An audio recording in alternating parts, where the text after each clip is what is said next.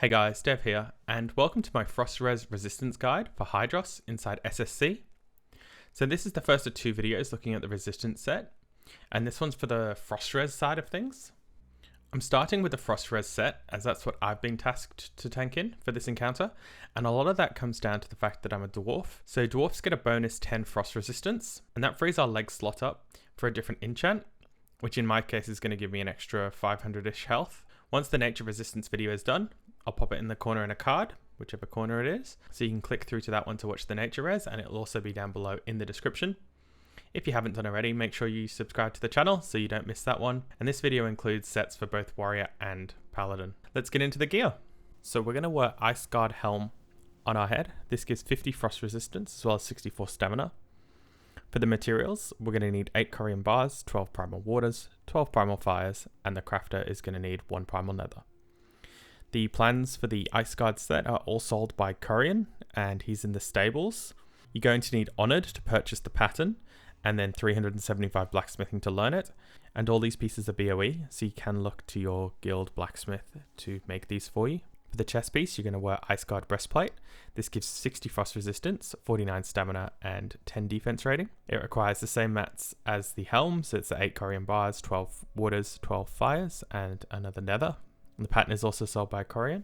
For the legs, again, another piece of Ice Guard gear. This is the last piece of Ice Guard gear you're going to need. So 60 Frost Resistance on the legs, 55 Stamina, but no other stats. Exactly the same mats again, exactly the same pattern location. So those three pieces are really high value pieces. They're going to make up a great deal of the Frost Resistance that you need to wear. The other pieces we're going to use as some jewelry. So we have the Pendant of Thawing in the neck slot. This gives 30 Frost Resistance, 18 Stamina. This also comes with an interesting effect. So it's got 10 charges, and the charges are going to absorb 900 to 2700 frost damage on all nearby party members for 5 minutes. This is just a nice little extra boost when you first get the neck. Eventually it will run out of charges, so you can either make another one. I don't really think that's worth it, but while you're learning the fight, you do have this little boost on the on-use effect, so quite nice. For the materials, you're going to need 2 Fell Steel Bars, 6 Primal Fires, 4 Primal Waters, and 1 Mercurial Adamantite. The other piece you're going to want to get is the Frozen Eye. This is going to give 12 Stamina, 35 Frost Resistance. It's a ring. And for the materials, you're going to need 4 Mercurial Adamantite, 2 Corian Bars, 6 Primal Waters, 6 Primal Fires. The pattern for this one is sold just outside Karazhan by Apprentice Darius.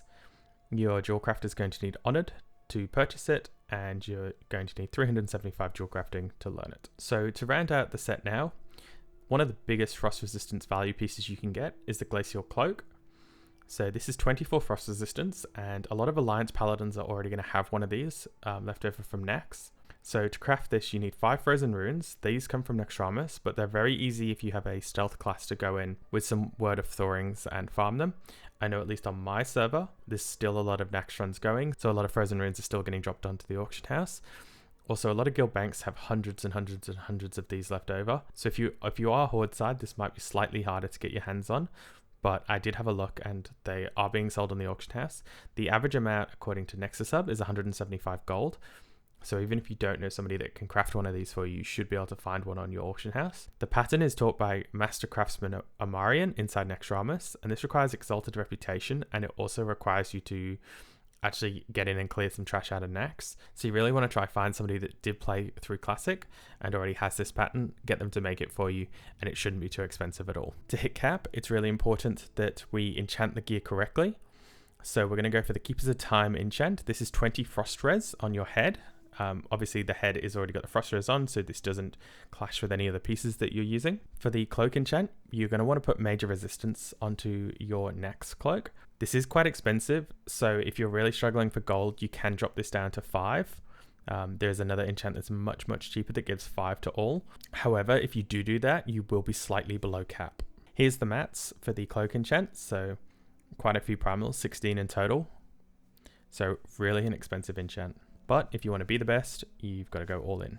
Okay, the last enchant we need to talk to. So if you're a dwarf, you can skip over this one and use one of the tanking leg enchants from Leatherworkers instead, which can give you up to an extra 40 stamina.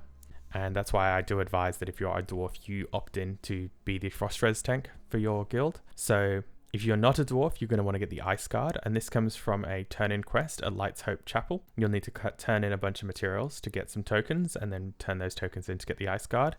If that sounds like too much work for you, the other option is to use a Frost Armor kit. So the Frost Armor kit is 2 less, and will leave you ever so slightly below cap, but you can probably get away with this if you're in a hurry or you don't have a massive amount of gold. Okay, so if you do get all these items, you're going to get 50 resistance from the helm, 60 from the breastplate, 60 from the legs, 30 from the neck, 24 from the cloak, 35 from the ring, 20 from the helm enchant, 7 from the cloak, 10 from the Ice Guard enchant or your dwarf racial if you are a dwarf, 70 from the Frost Res aura, bringing you to a grand total of 366. Of course, the cap is 365, so this puts you 1 point over the cap, which is about as accurate as I can make it without wasting any stat budget. Anything over 365 is completely wasted and will not give you any extra additional damage reduction. And I've compiled a shopping list here for you guys if you're going to go out and buy this yourself.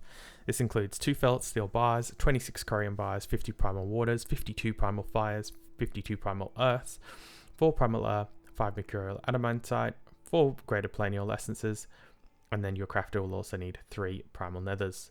So for raw gold, you'll need 115 gold for the enchants from the vendors.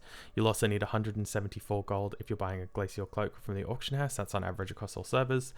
Obviously, if you're getting that made, that will be slightly cheaper. You can also save a lot of money by, instead of buying a fel steel bar, buy the components of the fel steel, get somebody to smelt it for you.